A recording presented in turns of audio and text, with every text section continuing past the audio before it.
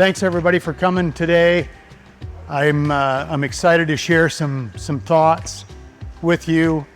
As Kurt mentioned, I'm going to focus what I'll talk about today on late season soybean management and why what I want to talk about just soybeans. Oftentimes we, us guys that are corn soybean growers, we like to grow corn. And so we focus on corn, and soybeans becomes a redheaded stepsister. The last few years, we're starting to see a lot of work done. And when I say last few, 5 to 10 years, there's a lot of work done on how do I capitalize on getting soybeans as long as I'm rotating them in with corn. And what we found with our subsurface drip system is we can have as much impact, if not more impact, on soybeans than I can on corn. And so keep that in the back of your mind as I share some of the things that we're doing, some of the thoughts that we're doing on soybeans. The other thing that I want you to keep thinking about is we've learned a lot. Kurt shares a lot of things with you on what we're working on here at NutraDrip. But what I want to try and bring to you is not just what is it that we're working on, but what are actionable items right now. So what can I take home today that I can put into place right now through the end of the season? How do I finish strong? Jason talked about a relay race, and that's really what the season is. This is the anchor of the relay race. Where do we usually put the fastest guy in the relay race? The anchor. And with soybeans, this is a very critical time. He can't do it by himself. If I've neglected the first 3 phases of the plant with soybeans, I still can't win. If I do a really good job in the first ones and have set the table for this last relay, this last piece of the relay race, if I've set the table well, I can really hit a home run. So I guess the comments I'm going to make are some observations with a group of consultants that we're working with and a group of growers that we're working with SDI that we've discovered some things, that we're learning some things, and want to share with you some of the learnings. So before I jump into it, I want to tell you where I'm coming from so that you kind of understand where my thoughts are coming from. So I just joined NutraDrip, was with Netafim for about 10 years prior to that, in a very similar role in what I have here at NutraDrip. A lot of it's agronomics. I've talked to you guys a lot at this particular event and other events. So a lot of the same things that I did with Netafim, I'm doing with NutraDrip. Prior to Netafim, I spent 25 years in the seed business, mostly in agronomic roles. A lot of that was in western Nebraska in an irrigated environment.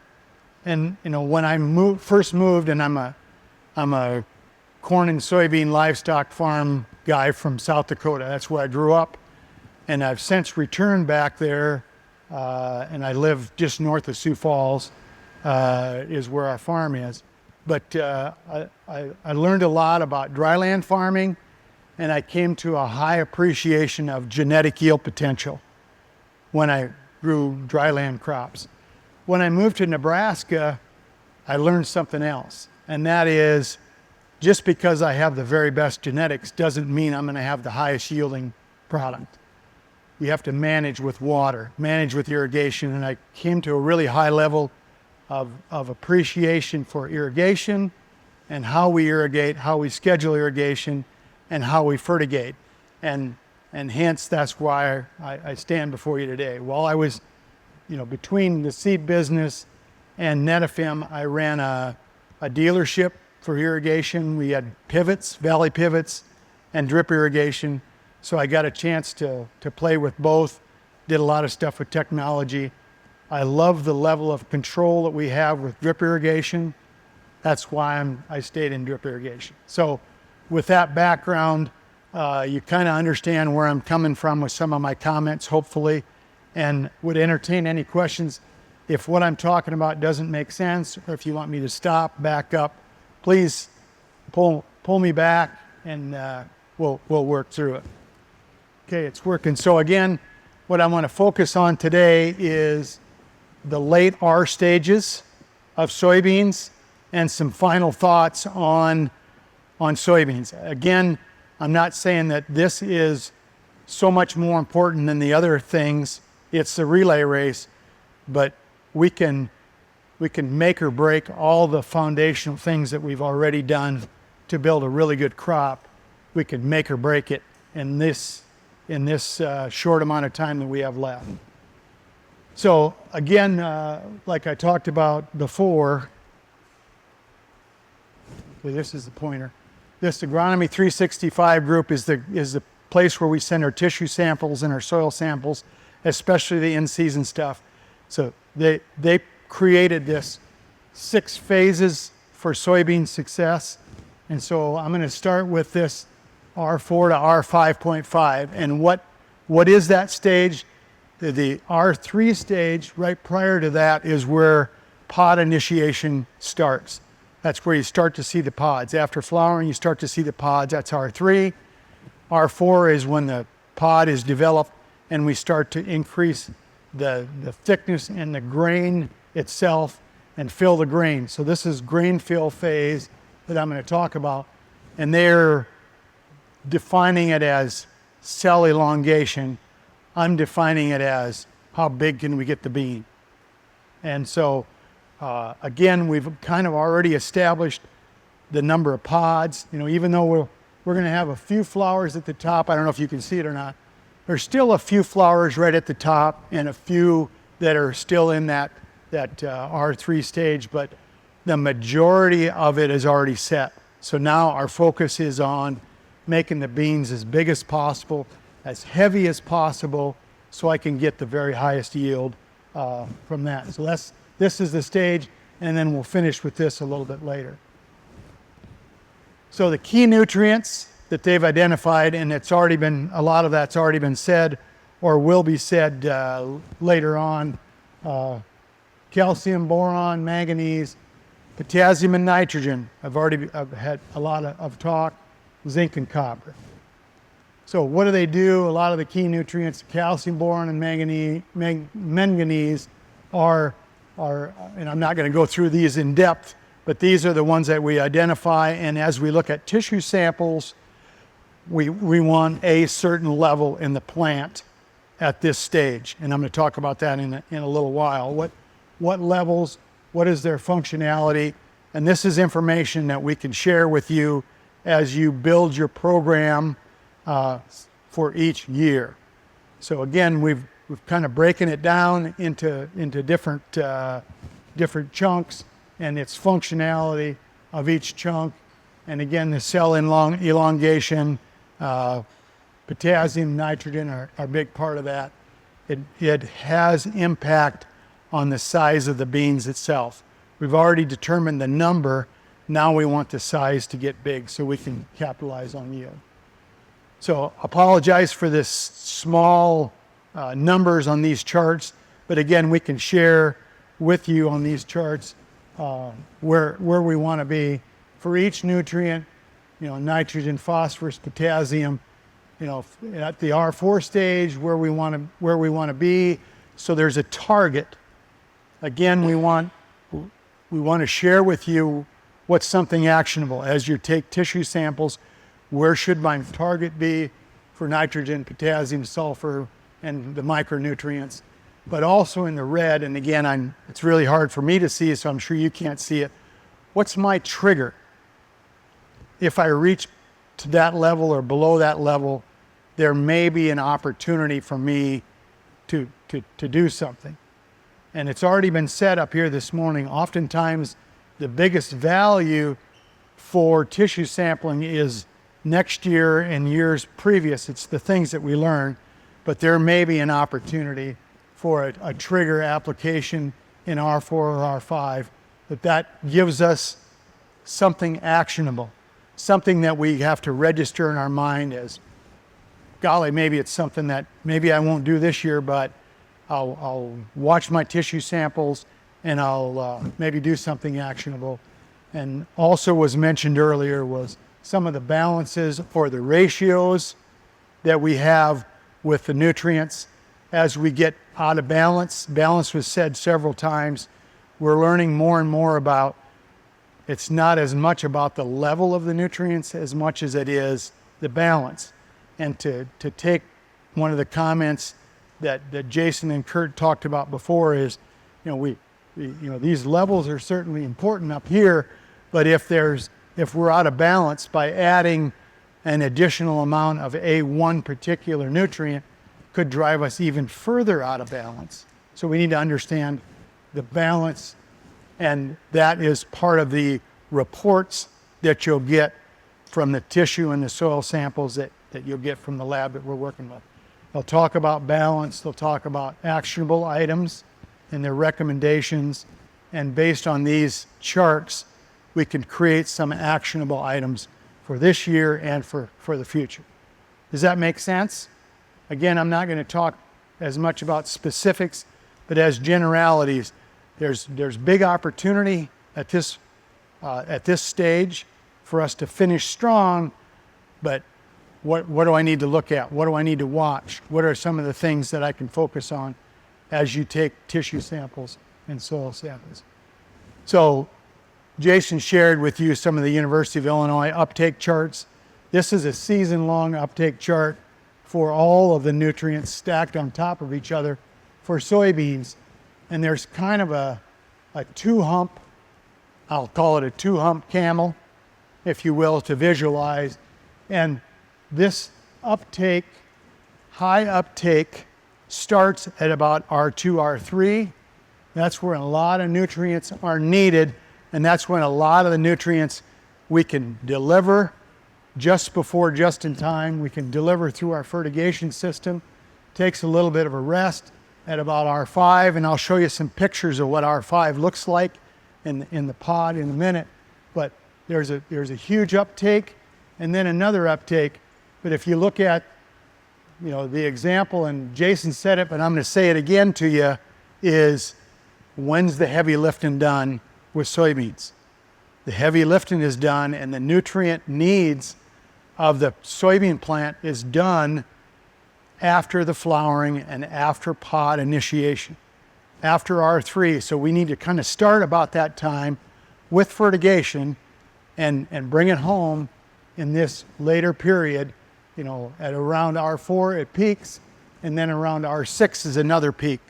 So we have huge opportunity. What's the take-home message when I look at this? Don't give up on my beans. There's a lot to be had.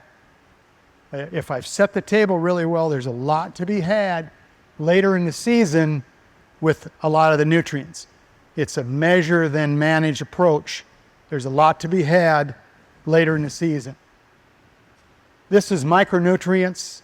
Micronutrients happen a little bit earlier than the major nutrients, but there's still a large uptake going on even with micronutrients at these similar stages, starting with about R2, which is about right here, and then peaking at R3, where the other nutrients were R4 to R6. So again, the same story, maybe at a little bit different pace, but the same story.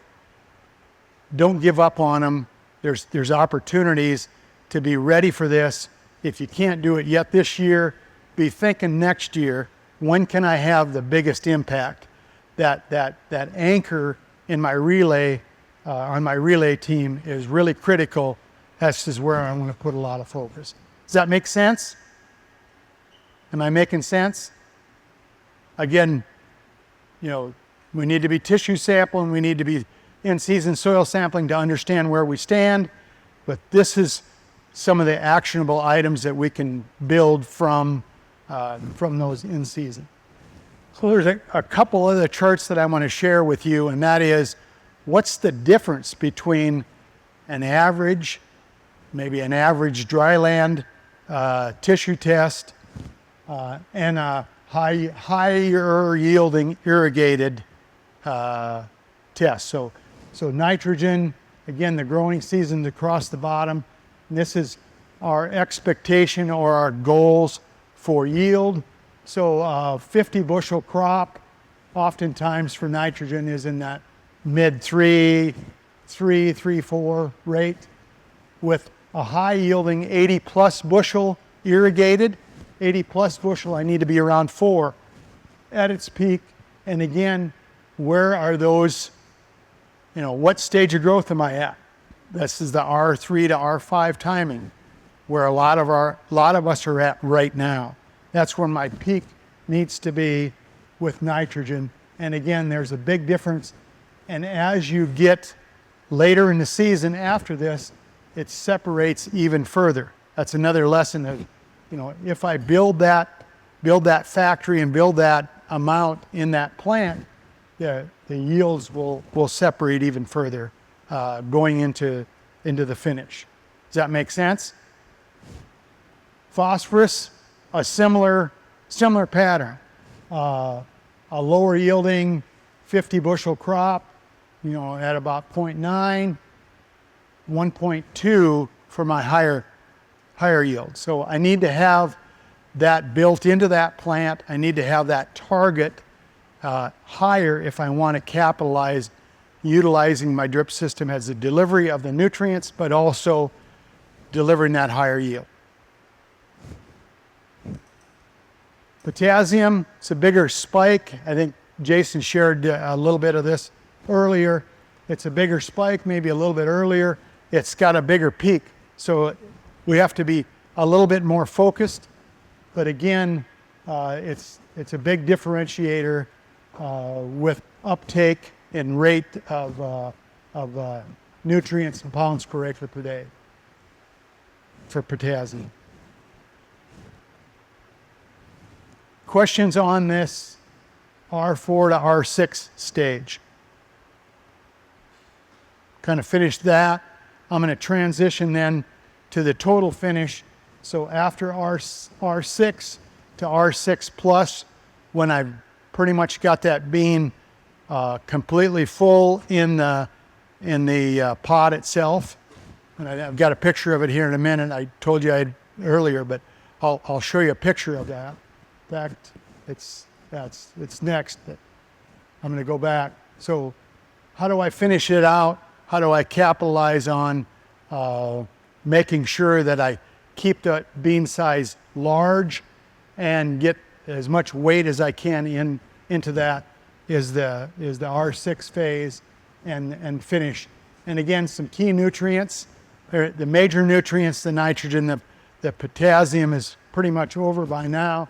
Boron, sulfur, moly, magnesium. And here's the picture that I talked about. So at R5, we've got seed initiation and it's starting to thicken. The beans are starting to thicken. At R5.5 and R6, I'm filling that cavity. It's still actively growing. It's still actively filling and adding starch and protein and oil into those seeds at R6. But there's a huge amount of dry matter accumulation happening at this stage. And again, goes back to the original point that I made. This is heavy lifting time, in this R5, R6, and later, that I need to make sure that the plant has the nutrients that it needs and also has the irrigation that it needs. This is not the time to start backing off of irrigation. We need to continue to finish and keep my profile close to full with my irrigation, as well as making sure that I have the nutrients needed to add. So what does that transition look like in numbers? And this is maybe a little bit of backwards engineering, if you will. But at R5, if I kill those beans at R5, what is my yield? My yield is about 25% of what it could be if I finish it fully. So that means I've got 75 75% of my yield yet to come at R5. So if you look at your beans from this stage forward, 75% of the yield is yet to come. At R6, about 50%. So the difference between R5 and R6 is a couple of weeks. Is that kind of a critical period, you think? A couple of weeks. That's when that, 25% of the yield is determined. As I look further into that R6 to R7, it's about 2.5 to 3 weeks. And then another week or so between R7, which is, fully expanded into maturity at 100%. So there's a lot happening in this 2 weeks, 3 weeks, and 1 week. 2, 3, 1, 6 weeks. 6 weeks, there's a lot of yield. So the take-home message again is, don't give up on your beans. Be sure the beans have what they need to finish strong. Be sure that they have the water that they need to finish strong. There are huge opportunities. And to put some numbers with some of the guys that we've been working with that are making 100 bushel soybeans, the differences are a lot of the foundational things that we talked about. Getting the right population, getting the right plant spacing for their maturity and their row spacing. The biggest difference is, in this phase, the difference is 3,000 seeds per pound and 2,000 seeds per pound. If I can fill those beans and fill that cavity, that's a huge amount. So I'm focused on getting as much as I can out of each of those beans. Get them big, get them heavy. Questions for me? I know I rushed through a lot of that, but I want to, yeah, right here. Yes.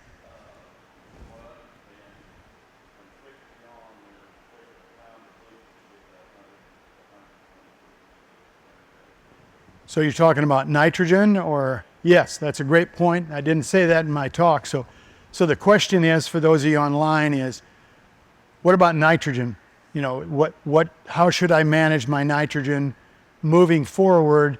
And the number that I would use, when I talked about 80 bushel soybeans in that chart, from about 80 bushels on up, the nodulation, or the ability that the plant has to pull the nitrogen from the air, put it in the nodules, and then deliver it into the plant, is around 80 bushel. So above 80 bushel, I need to either have really high organic matter that's going to mineralize into nitrogen, or add additional nitrogen. And so yes, how many pounds does it take? It takes 4 to 5 pounds of nitrogen per bushel. It's a big nitrogen user. So splitting that into, starting at about R2, R3, you remember that uptake chart?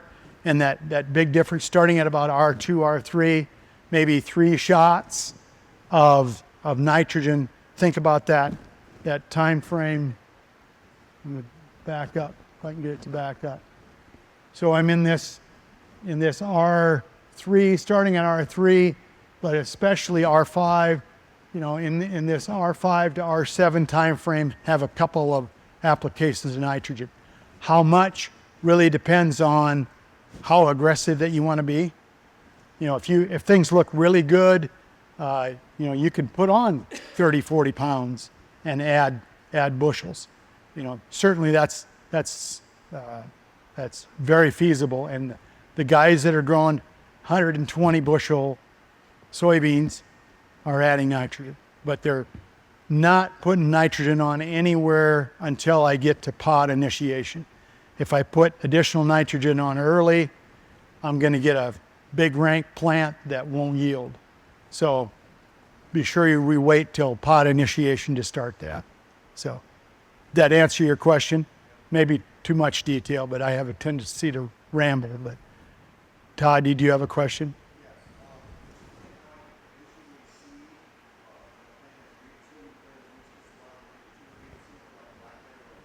Okay. I appreciate you bringing that up. So the question from the group is, as you think about corn, we think about black layer as being when that kernel is done. How do I know when black layer or, something similar to black layer on soybeans is?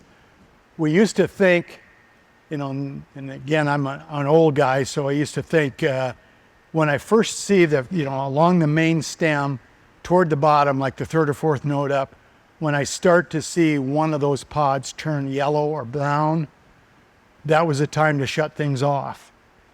And we've discovered there's a lot more opportunity. So that would be about R7.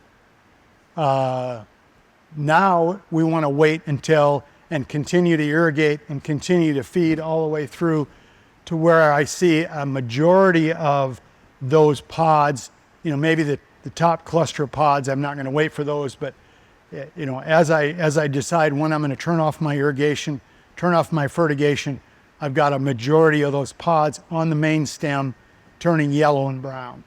And that would be what I would consider black layer. That plant is done. I'm not going to be able to have a lot more impact. So again, to reiterate what I've been saying is there's a lot of opportunity. And if you look at this, that's that, 25, 50%. From R6 through R8, there's still 50% of that yield still there. So I need to continue to feed. So again, black layer is, I see a majority of those pods colored. And then if you break the pod open, there's a membrane that the bean itself attaches to the pod. Once you see that membrane start to break down, it's a little bit like black layer or a brown layer on a kernel. It's starting to senesce and mature.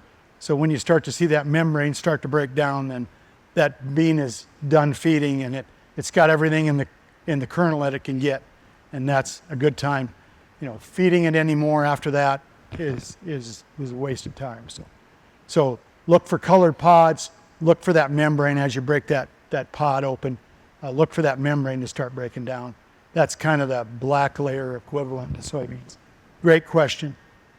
Other questions for me? I appreciate your kind attention and your questions.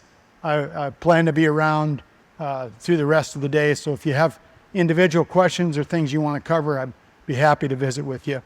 I'm here at NutraDrip full time now, so I want to help you guys get the most from your investment with NutraDrip. So appreciate it.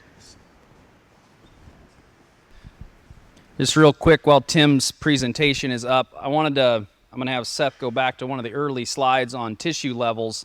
And for our clay soils, we just got Galen's tissue samples back this morning, and I'll just tell you kind of where our levels are at and why I'm saying that phosphorus is a problem for us. Let's see, this one right here. Oh, there we are. So phosphorus levels, we need to be somewhere in that. These labels are off kind of one column. So potassium's this 2% number. Phosphorus is 0.5, 0.4. Our phosphorus levels right now are about 0.25. So we're half of where we need to be. Our potassium levels are about 1.6. So we're way off. And we're not going to recover from that. I don't think it would matter how much we put out. We started too low, and now we were not able to recover. So those are the numbers that we're trying to fix. Our calcium numbers usually run about 0.6, 0.7. And so after listening to Neil Kinsey this week and thinking about what does calcium do for all the other nutrients to get them in the plant, it may not be so much that we don't have enough phosphorus and potassium out there as it is that we don't have enough available calcium to help get stuff in the plant. So it's, there's always something to learn. So we're continuing to learn. Terry? Where are you pulling your sample? Is that dryland beans that you're talking about? No, I'm talking about high management drip and pivot beans. Yeah, that we've put stuff on, and I would like to think that those numbers wouldn't be that low. All right, We have the Grim Girls Chuck Wagon outside for lunch. So we're gonna break for lunch here, probably take about 30 minutes to do that. You can come back in and eat. We got picnic tables set up over there, and then we'll try to reconvene around 12:30 with a talk on boron, and then we'll get Mike Evans up. So